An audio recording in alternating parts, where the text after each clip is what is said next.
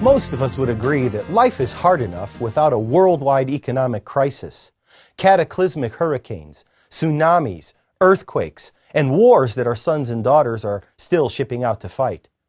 Just when one crisis seems to be under control, another one arises. Does the suffering ever end? When Jesus was on trial for his life, the soldiers twisted thorns into a makeshift crown and jammed it on his head. They hung a purple robe on him and ridiculed him, saying, "Hail, King of the Jews," while they punched and kicked him. Jesus was the king, and yet his rule was preceded by rejection, ridicule, and suffering. His painful crown of thorns was one more demonstration of his right to rule a world filled with pain and suffering. At the same time, it was a symbol of hope for us, reminding us that we are joined to Jesus in this crucible of suffering.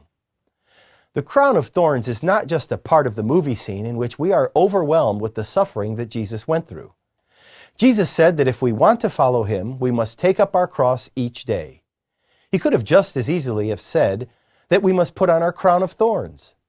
In Romans 8, verse 17 and 18, the Apostle Paul wrote, "Now if we are children, then we are heirs, heirs of God and co-heirs with Christ, if indeed we share in his sufferings, in order that we may also share in his glory."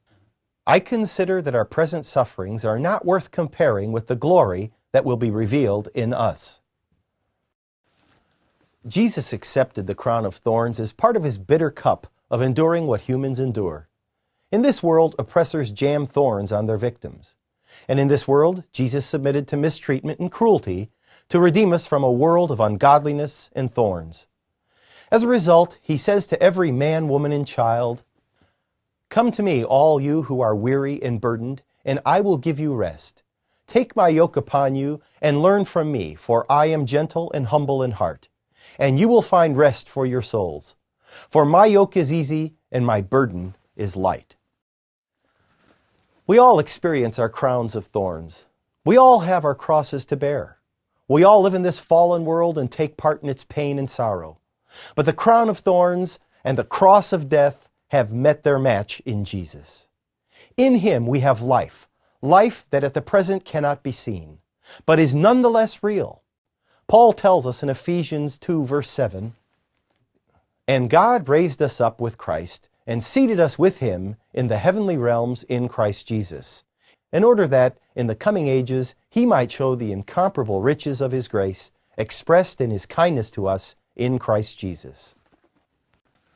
We live in hope, knowing that this life is not all there is, that the day is coming when our faith will be sight, when all the promises will reach their ultimate fulfillment, when every tragedy of this life will be turned into the joy of the world to come. John wrote this in Revelation 21, 3-5.